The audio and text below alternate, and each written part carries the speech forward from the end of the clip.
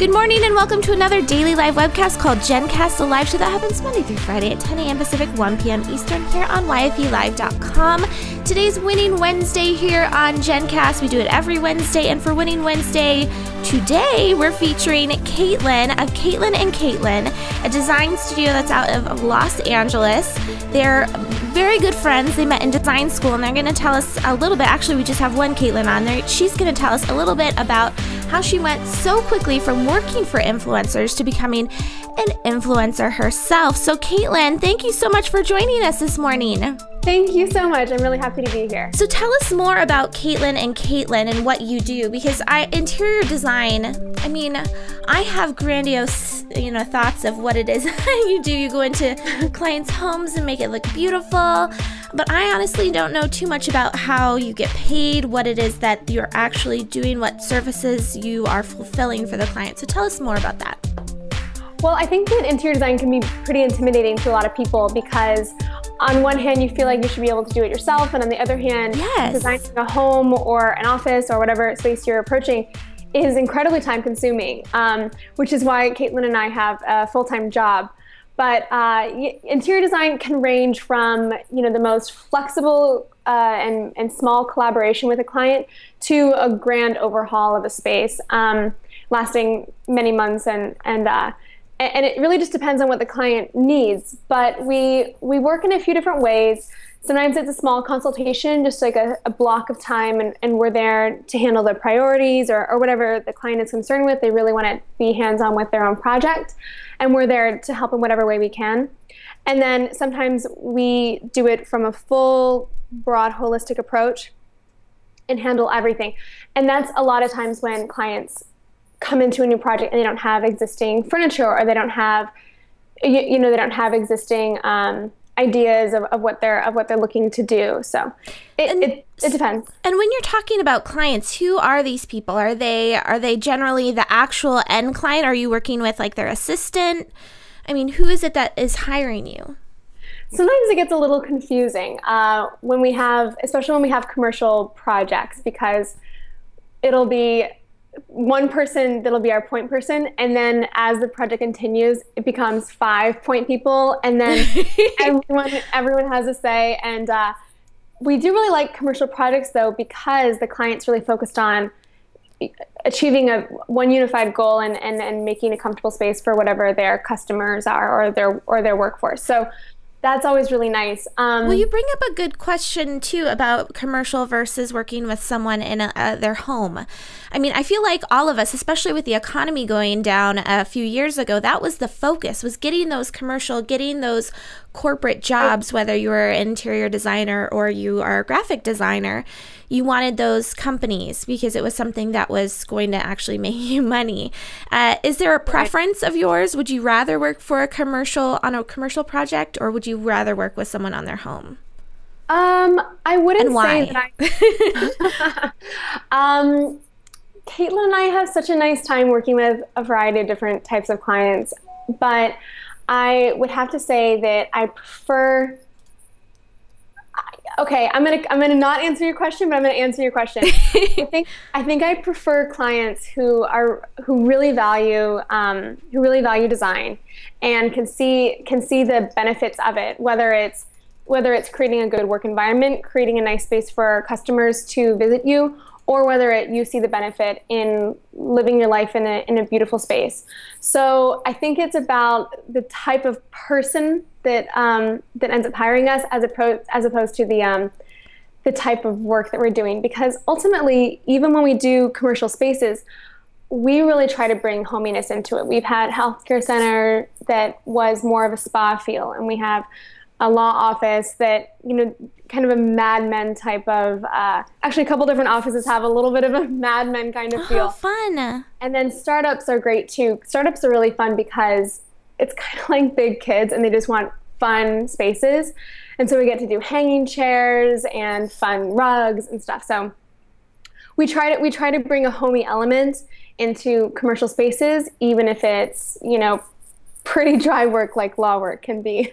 That's awesome. And so you and Caitlin, you met in design school. Is that where everything started? At what point did you say, hey, let's start a business together?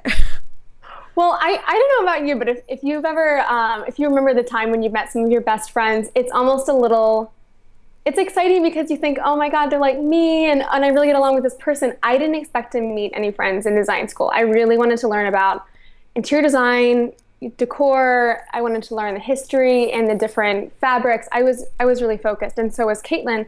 And when we met on the very first day and discovered we shared a name, it was a complete surprise and a really exciting one at that. So, but it was great because we were in school. We had all these classes together. It was this extended interview with each other. So I learned her aesthetic. We learned each other's like style of working. We did projects together. And we couldn't launch right after school, but we dreamt of it and were able to eventually.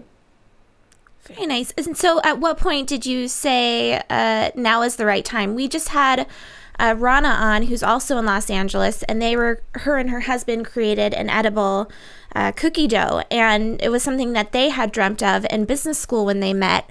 And it took them 5 years to start. I dream of that all the time. I dream of edible cookie dough. That's perfect. So, but it took them 5 years, and she was saying it was just never the right time. Well, they started it when they got married, had a kid, and were both working full time. So it was totally not the right time to start a business, yet they did. And it turned out to be great for them. So what was the jumping off point for the two of you? Well, I think I come from a family of entrepreneurs, so I'm lucky. I'm lucky, and I have a lot of encouragement, and I'm quite ambitious, and Caitlin is quite ambitious too.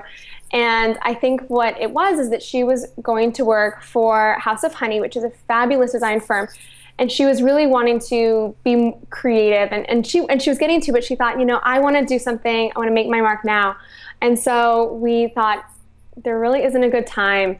It just takes small steps. And when you start taking small steps in one direction, and it really was just an idea. It wasn't something that we didn't know how fast we would move. We didn't know that we would be able to go live so soon. But we just started taking steps in that direction, and we just put it out there to the world and launched. And we didn't know what to expect, but we got a great response.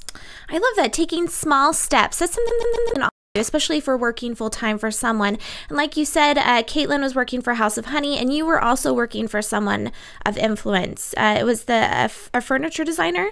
Oh, yes, I worked for Alexandra von Furstenberg. She's incredibly talented, and her team is at designing lucite accessories, furniture pieces, tables. We're inspired by her work constantly. So now you're both working for influencers, and this is something that I was fascinated by when I was reading your bio, and the idea that you get hired by someone, they take you under their wing and mentor you, and you get to see how they work with clients, and then you go off and start your own thing. This is something I feel like I see a lot of in reality shows. Does anyone else watch like Rachel Zoe? And I mean, she was a perfect example. Both of her assistants that got famous on her reality show and worked with these high-end clients, they went off and started their own thing and kind of burnt bridges with her. So how do you feel like, or how was that transition from working for these people of influence into becoming influencers yourself? Because I mean, when I say influencers, you guys are all over the press. You are often quoted as notable people within the interior design world, and this happened in a short amount of time. Well, I guess this is where true luck comes in, because Caitlin and I have been fortunate to not burn bridges with our former employers at all. In fact, we sourced from both of them. So Tamara Honey has a showroom up in Pasadena, and we buy furniture from her. And I have a great relationship with the Alexandra von Furstenberg team, and I sourced from there as well. So I think it's because we're big fans, and it's different. We have different markets and different areas that we're targeting, and I think the thing is that, which might be a great thing about design in particular, is that there are a lot of projects. It's not like maybe another business where everyone's chomping at the bit and making proposals for each client. There's a lot of stuff that comes in, and it really is about if you are suited to your client and if it's a really compatible fit. So where there can be competition, sometimes I can definitely see that, and we lose jobs, occasionally, sometimes it might not work out or a client stops or whatever the reason is. I really feel like there's a plentiful marketplace. So it made sense. It's not like you guys were going out and saying, oh, we're going to steal all of your clients. It was really a mutually beneficial relationship. Now, let's say that you have interns or you have assistants or you have people that are working for you, representing you for clients. We're reading the 48 Laws of Power in Bootstrap Book Club, and one of the laws is to always keep people dependent on you. And so I feel like the example of these influencers that hire employees who then become influencers themselves, the employer is more dependent on the employee than the employee is dependent on the employer. Does that make sense? That was a lot of words. That does make a lot of sense. So how do you protect yourself then as someone with a specific aesthetic that's bringing in these awesome clients? Like you said, the Mad Men projects, those sound like a lot of fun. So how do you make sure that you're still being a fantastic employer and being someone that you want people to work for you, but at the same time, not giving them too much, I guess? So I think that's a little, that's a tough question to answer, because, and I know that this might be a little bit like the Disney version answer, like the everyone can be friends kind of answer, but I think that it's a really great dynamic when your employees feel empowered and proud to work for a design house that's producing great work. And it's a creative industry, so you don't want your employees to not feel like they can bring great ideas to the table. We really love to give credit to the people that work with us. We like to highlight our interns, and we like to celebrate our team and celebrate Caitlin and I as each other. I mean, we're quite dependent on each other as our name and everything. So it is kind of a team effort in our firm. I love that. That's not a Disney answer. I feel like that is a realistic answer. That's saying you're giving praise to your team. You're making sure that they're recognized, even though everything is named after Caitlin and Caitlin. At the same time, you're making sure that they're known, that they are appreciated, which I feel like, and again, we're just going through the reality kind of point of view. I feel like that's missing from a lot of other entities that are based off of the name. And I've spoken with some high profile people that employed people that have gone on to become entrepreneurs, and that's not often the case where, they come back and they're like, oh, well, I left because I just wasn't getting enough, or I thought I could do it better. So I think that's a great answer. Now, I wanted to ask you, Caitlin, about working with friends, because this is a common dilemma as far as young female entrepreneurs go. You want to start in business, but then there's a whole businessy aspect of owning a business with a friend. Right. You have to decide on who owns what, who does what. How did you and Caitlin figure that out in the beginning? So when we started, we decided to be 50-50 in a lot of ways. And I think that was a great place to start in terms of the workload, in terms of what kinds of jobs we were going to do, in terms of, in our first clients, it was like, we'll both source the furniture. We'll both pick the paint colors together, everything together. And then I think naturally we started to sift out, what our different strengths are and take the lead on different things. We, a lot of times we'll be more of a certain client's point person, like we'll be in, communication with that client primarily. And then sometimes the other Caitlin, will handle different aspects of the projects or handle other projects entirely alone.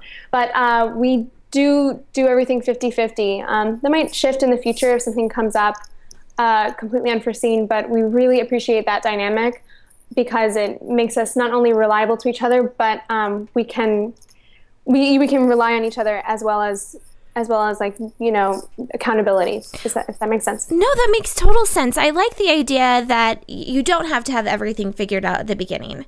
Start off with, like you said, equal stance and then work things out as you go. I feel like that alleviates a lot of pressure on entrepreneurs. And then so the last thing I wanted to ask you, Caitlin, was about you started for influencers, and I'm sure you saw House of Honey get a lot of press and how that all worked out. Now you guys are in the press all of the time. So how important is it for a creative entrepreneur, someone that is working with clients one-on-one, to get that time in the media, get that exposure? So Caitlin and I didn't know that we would have clients our first month or a couple months. Yeah. We had no idea, but we decided to launch a little hype machine campaign, if you will. On Facebook, we made sure every single one of our friends knew that we were in business. We started our Instagram feed and really tried to build that audience and constantly linking things together. We constantly reach out to people that we know who might know someone who works for magazines or the different press. We've become very friendly with bloggers. We've done a guest blog series for The Effortless Chic and for other blogs, and we try to cross promote within that network. I'm so fortunate because in getting a design business partner, I also got a business partner who was a former publicist. She was a PR rep, and so she's so savvy when it comes to reaching out to people in the press. And so luckily we've been able to establish good relationships, and we send all of our projects out to them before we put them up on our portfolio. Oh, nice. That's a good piece of advice. So Caitlin, where can everyone find out more about Caitlin and all the work that you're doing? Well, you can certainly go to our website, caitlinandcaitlin.com. Caitlin is both spelled the same way for both of us, and the traditional Irish way, actually. That's CAITLIN. And you can visit our blog, which is lifeinhappyhues.com. And you can check us out in recent press such as Rue. You can find us on House. You can follow our Instagram, which is Caitlin and Caitlin. We just started Twitter. Life in Happy Hues is our handle. And Pinterest, you can search for us as well. Awesome. Well, Caitlin, thank you so much for joining us this morning. Thank you so much. I had a lovely chat. All right, everyone. So you've just been watching Caitlin of Caitlin and Caitlin, one of the Caitlins, on with us. And we were talking about design and working for influencers and all sorts of fun stuff. So make sure that you comment below with any insights or takeaways that you have from the show. Otherwise, make sure that you're signed up for yfe.me/mail that tomorrow's our big 100th episode of YFE Chat Live featuring recording artist Jessie Millay. She's also the co-founder of the Coalition Group and a very popular blogger at My White Tea. So it's going to be a super fun show, 6 p.m. Pacific, 9 p.m. Eastern tomorrow night. Thank you so much for watching the Daily Live Webcast, GenCast, Monday through Friday, 10 a.m. Pacific, 1 p.m. Eastern. This has been Jennifer Donogh. Have a fantastic winning Wednesday. Bye, everyone.